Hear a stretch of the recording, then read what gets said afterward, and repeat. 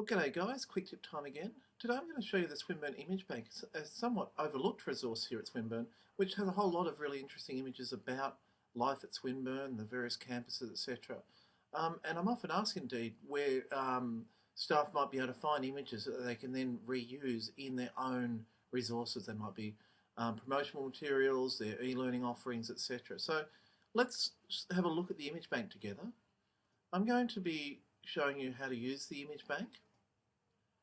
I'm going to address copyright and fair use of the images that you might find within the image bank.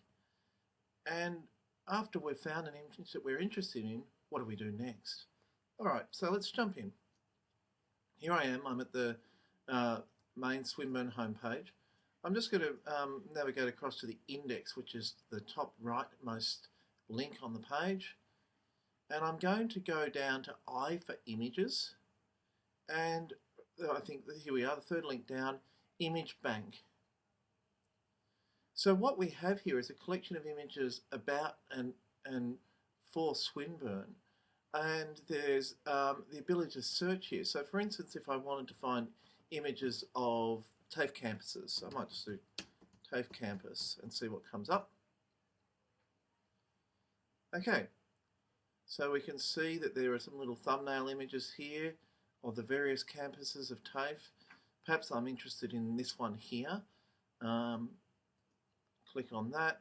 I get to see a larger image.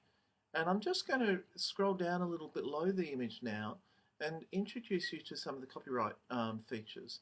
So you'll notice here it states who owns the copyright, but the thing I'm really interested about this image is the fact that it's Creative Commons license, and it's got something called a non-commercial use.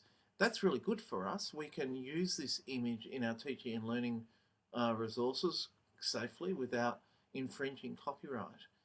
So they're the sorts of images we're really keen to find.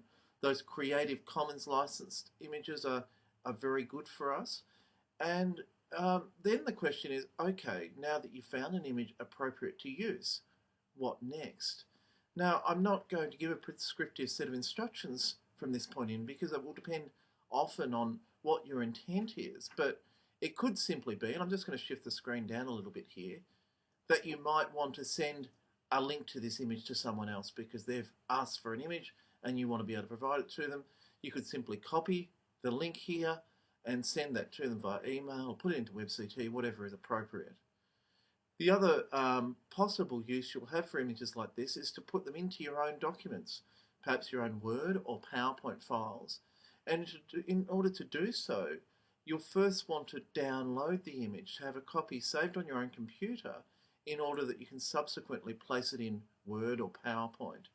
So the easiest way to do that is to actually click with the right mouse button on top of the image, and you're presented with a series of menu items there. They'll change slightly between different browsers, but you're looking for something which looks like Save Image As, or in some browsers that reads Save Picture As.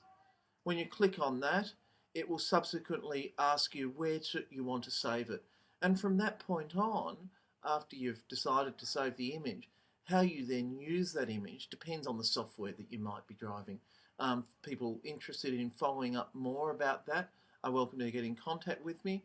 However, I think the most important thing to know from this tutorial is that, well, first of all, Swinburne has an image bank, that it's populated with a whole lot of interesting images, both current and historical, and that you should be seeking images which specifically have a license like this, a Creative Commons license, and this one specifically says for non-commercial or non-derivative use. And that's the sort of stuff that we like to see when we're shopping for images. So I hope that's useful to you.